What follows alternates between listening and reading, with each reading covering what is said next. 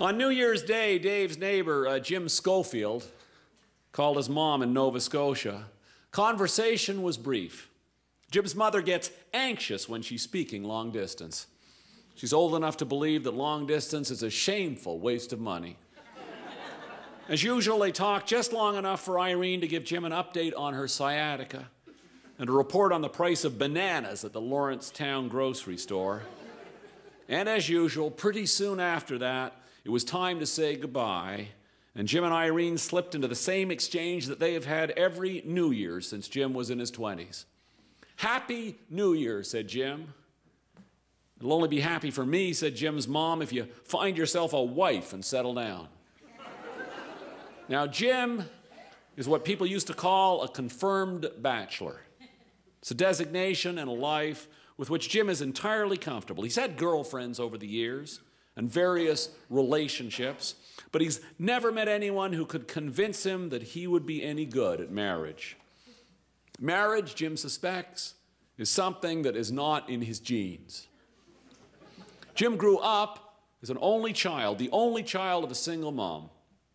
He lived alone with Irene in the Annapolis Valley, Nova Scotia, South Mountain. When Jim was small, Irene told him that his father had died from a wound he received in the war. She said his father died shortly after Jim was born.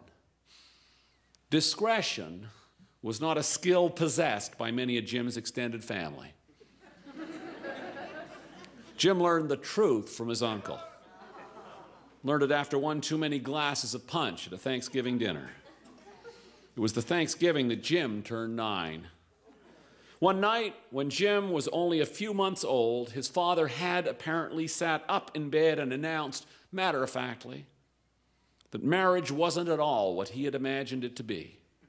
And before his wife could wipe the sleep from her eyes, he had packed a small bag and was out the door. Never returned. Despite her insistence that Jim should marry, Irene never remarried herself. I've had my kick at the can, thank you very much, was all she'd say if anyone asked. But it wasn't just his parents' failed marriage that convinced Jim to avoid nuptials of his own. It was his grandparents' reputedly happy marriage that really put him off. Married for over 50 years at the end, Lloyd and Edna Hitchcocks ran their marriage like an ongoing siege. The happy part of Lloyd and Edna's happy marriage came from the occasional victories they scored in the war of their lives. The happy part was the small acts of torture they inflicted on each other. Every Sunday night, for example, Edna produced the only dessert of the week, a warm pineapple upside-down cake. She made pineapple upside-down cake because Lloyd had once said he hated it. In the summer, after everyone else had eaten their dessert, Lloyd would take himself down to Miller's General Store and buy an O. Henry bar as a consolation. In the winter, however, he'd remain indoors and wallow in self-pity. But he never wallowed for long, because at precisely 8 p.m. each evening, just as Edna had finished the dishes, just as Edna was sitting down to relax for the night, Lloyd would produce his bagpipes and serenade her for half an hour.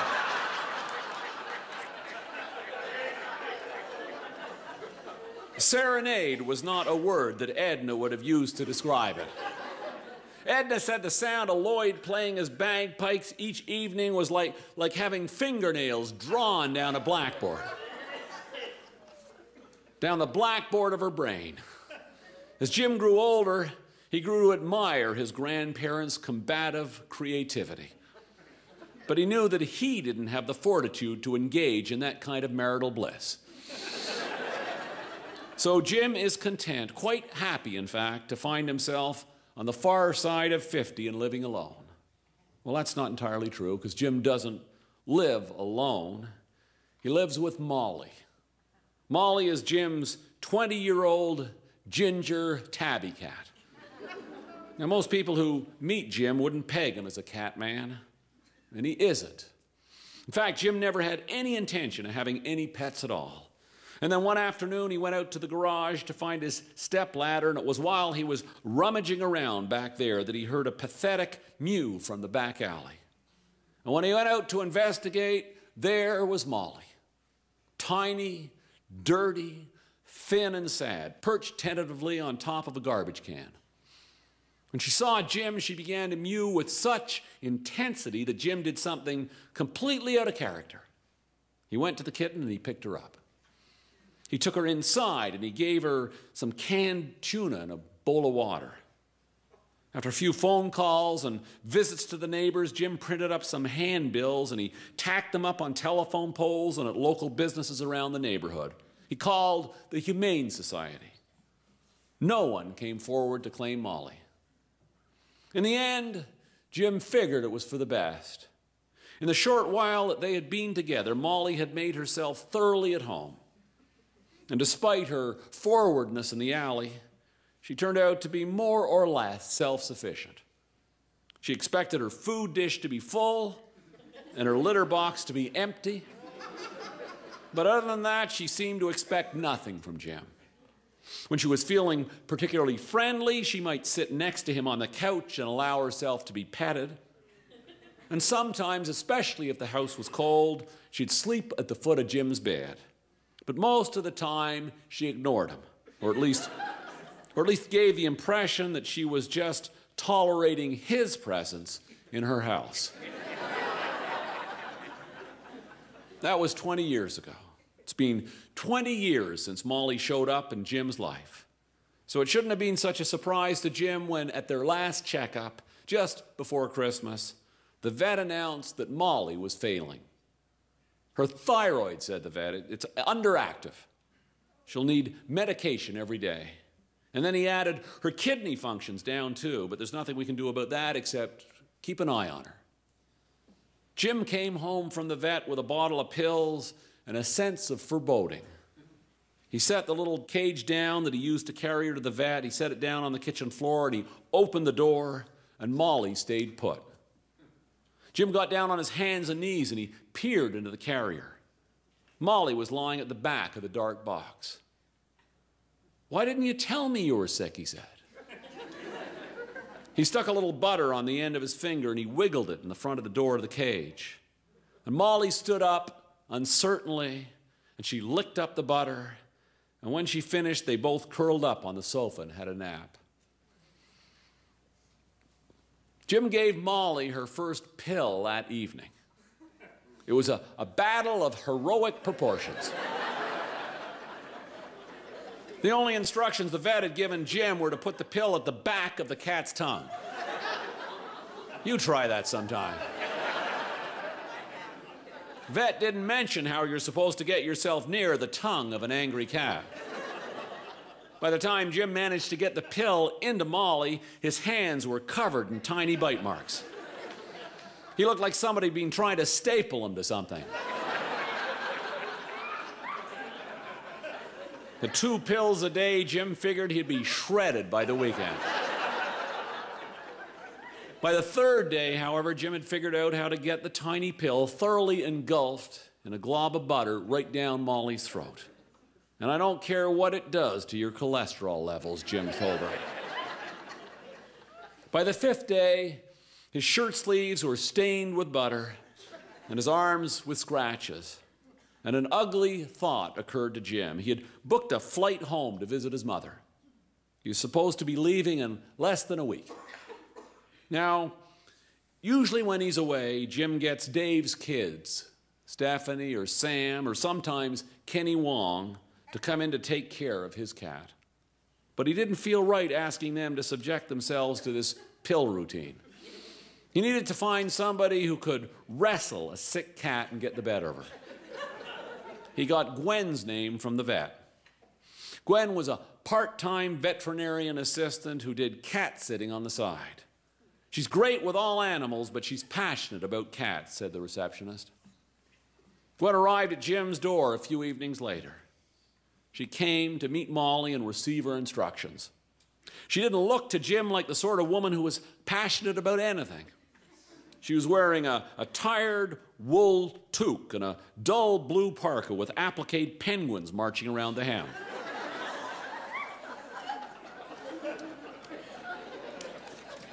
She appeared to be in her early 40s, plump and earnest-looking with a broad forehead and a small mouth. The only remarkable thing about her was her shock of orange hair. As he took Gwen's coat and hat, Jim stared at her hair and wondered if it could possibly be her natural color. "So," said Gwen as soon as she had kicked off her boots, "what's Molly's routine?" Jim stared at her blankly. "Routine?" said Jim. "Her day," said Gwen impatiently. "What does she like to do?" "What does she like to do?" Jim realized he was repeating everything that Gwen said. "She's a cat," said Jim, as if that explained everything. It didn't seem to explain anything to Gwen. Gwen was still staring at him expectantly. So Jim tried again. "She's a 20-year-old cat. She sleeps, she eats. If I'm lucky, she uses her litter box." "What about exercise?" said Gwen, undaunted. "What do you do about exercise?" "Well, I go to the gym," said Jim.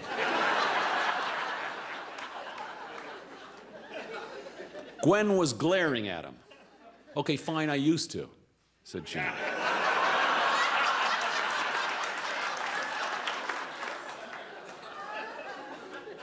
"I was asking about Molly," said Gwen. "Sometimes," said Jim apologetically, "she goes outside." Gwen looked horrified. Gwen looked as if Jim had just said that he used his cat for scientific experiments. "She goes outside," says Gwen. "Don't you know that the average life expectancy of an outdoor cat's only 2 years?" "She's 20, said Jim. "She's just been very lucky," said Gwen. She could get hit by a bus anytime. 20 cat years are about the equivalent of 95 human years. Jim was thinking, by the time he reached 95, the idea of being run over by a bus might be the best of the alternatives. But looking at the alarm streaking across Gwen's face, Jim decided not to voice the thought. He offered Gwen a chair instead. "I'd rather meet Molly," said Gwen. Gwen spent half an hour with Molly and Jim that night, and she made it abundantly clear that she felt Molly was being taken for granted, understimulated, she said. At the door, pulling her toque down low over her orange hair, her expression towards Jim softened slightly. "You know, Jim," she said quietly, "cats are people, too." Well, actually," said Jim. And then he saw the softness disappear from Gwen's face like butter on a cat's tongue. And for the second time, Jim decided not to finish his thought. Instead, Jim said, "Thanks for coming." And Gwen headed down the front steps. Jim got the call at his mother's an hour and a half after he arrived in Nova Scotia. "Thought you'd want an update," said Gwen. "Huh?" said Jim. Jim had hardly been away from his house longer than he was on an average day. It hadn't occurred to him to wonder about Molly. "She seems relatively perky," said Gwen, "but I think she misses you." "Oh," said Jim. It was all Jim could think of saying. "I do hope that woman is calling from her own house," said his mother.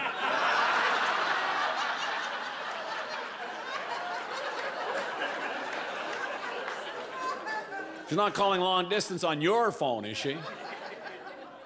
Gwen called Jim every day he was away. At the end of the week, Jim knew more about the state of his geriatric cat than he would have if he'd been living with her. He knew how much water she'd consumed. He knew if and when she used her litter box.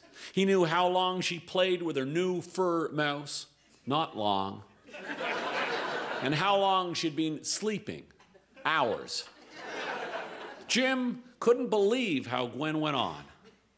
But if he were being honest, he'd admit that he was grateful for the calls, because after a couple of days, Jim and his mother had reverted to the relationship that they had shared when Jim had last lived at home. That was when he was a teenager. and when Irene focused on the myriad of ways that Jim could improve himself. And Jim responded to all her helpful suggestions with a sulky silence. You know what would help you out? Irene had asked 3 days into his visit. A nice pair of slacks. I think we should go out and get you a nice pair of slacks. And then later the same day, Irene plunked a small box on the kitchen table. I bought you some green tea, she said. Betty says green tea helps with weight loss. I imagine you've already tried everything else. A few days after that, she got down to the nitty-gritty. You know where you could meet some nice ladies, she said? The bingo. I meet the nicest ladies at the bingo. By contrast, Gwen's suggestions about Molly, and she had more than a few, didn't seem so bad. I've taken the liberty of making a few changes, said Gwen cryptically on Jim's last day away. Jim didn't ask what the changes were. When Jim got back home, Molly was standing expectantly at the front door. When the cat saw it was him, her tail dropped and she turned away as if in disappointment.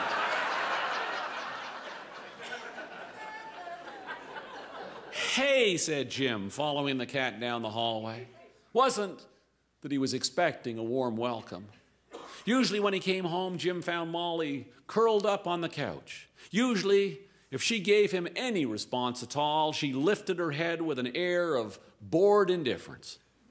But she had been standing at the door, and Jim was surprised to realize how hurt he felt that Molly had obviously been expecting someone else. Hey, he said. In the kitchen, Jim found a 2-page typed memo taped to the fridge. Gwen had logged all of the medication and food that Molly had consumed each day. She had switched Molly to a more expensive cat food. The feline geriatric digestive system requires some dietary accommodation, she had written. She had bought her a sheepskin sleeping mat. She had introduced her to organic catnip. And Jim had to admit that Molly looked better for all the changes. Her coat had a shine. Her fur seemed brighter. So orange, in fact, that it looked like Gwen's hair. It was 2 nights after Jim got home that Molly had her seizure. Jim had opened a beer and was about to sit down to a bowl of homemade chili when Molly suddenly got up from the sofa, stumbled over to a corner of the living room, and began to pant. Her sides were shuddering. Her small mouth was open. Her eyes looked glassy and strange. When Jim put his hand on her back, she growled softly. Jim felt a mix of panic and dread wash over him. He watched the cat shaking and heaving in the corner for a few more seconds, and then he dashed to the phone. Gwen, he said, when she answered, something's wrong with Molly. By the time Gwen got over to Jim's place, Molly had settled. She was still in the corner, but she was lying down. She was still breathing heavily, but her eyes had cleared. Gwen crouched down and she put her hand out. Before long, Molly was sitting on Gwen's lap, and Gwen was stroking her ears and whispering to Molly, their 2 orange heads as close as if they were sharing a secret. Molly began to purr. And then suddenly, with a flick of her tail, she leapt down and she headed into the kitchen to her bowl. Gwen sat alone on the couch, looking thoughtful. You might want to bring her in to see the doctor for a checkup, said Gwen, but there probably isn't much that she'll be able to do.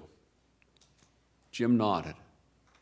You know, Gwen said kindly, 20 years is pretty remarkable. She's not going to last forever. Yeah, said Jim, I know. There was a moment of silence, and then Gwen said, that sure smells good. Jim asked Gwen to stay for dinner. It seemed like the only polite thing to do.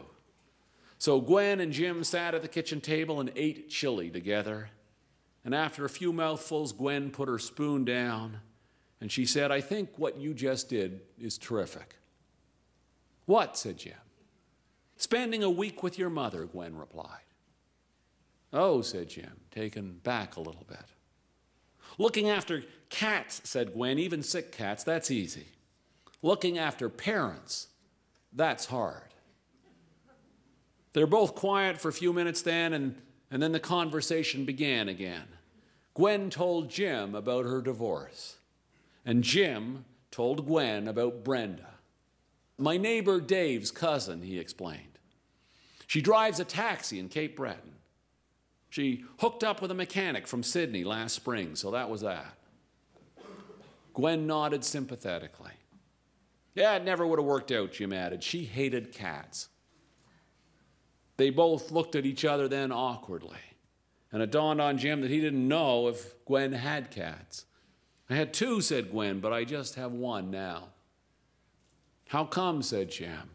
Oh, laughed Gwen, I can't have more than 2 cats at a time. If I had more than 2, I'd be one of those crazy cat ladies with a smelly house and bright orange hair, wouldn't I? After Gwen left, Molly came up to Jim as he stood at the sink washing the dishes. She purred around his ankles until he bent down and scratched her behind the ears. She looked smug, like a cat that had swallowed a canary. You big fake, said Jim. In the days and weeks that followed Molly's seizure, there seemed to be plenty of reasons for Jim to call Gwen. He wanted to tell her about Molly's vet appointment and about how much she enjoyed her new sleeping mat. He called to laugh with her about his mother's latest advice, and eventually he called to invite her for another bowl of the chili that she'd liked so much. As the year unfolds, Gwen and Jim will see more of each other. Most of the time they'll hang out at Jim's house with Molly. Sometimes they'll leave her sitting in the living room window while they make an evening stroll through the neighborhood. Despite all the time they'll spend together, despite his mother's New Year's request, Jim won't be thinking of marriage anytime soon. Yet when spring arrives, Jim will realize that he and Molly are approaching the 21st anniversary of their meeting in the alley. 21 years with anyone is no small accomplishment, even if that someone is a cat. And one day in May, as the leaves of Virginia creeper green the garage walls along the alley, Jim's going to find himself thinking that maybe he's finally ready to let another person into his life. He'd never admit it to anybody but Gwen, but the thought has occurred to Jim that this is exactly what Molly was trying to tell him. And as he and Molly shed their winter coats and seek out sunbeams in the backyard, Jim will stare at Molly and see not an old tabby in her last days, but the unpredictability of life itself. You befriend a hungry cat. Who wouldn't do that? And 21 years later, your life is totally different. 21 years later, you find yourself thinking about something you'd never have dreamed. Thank you very much.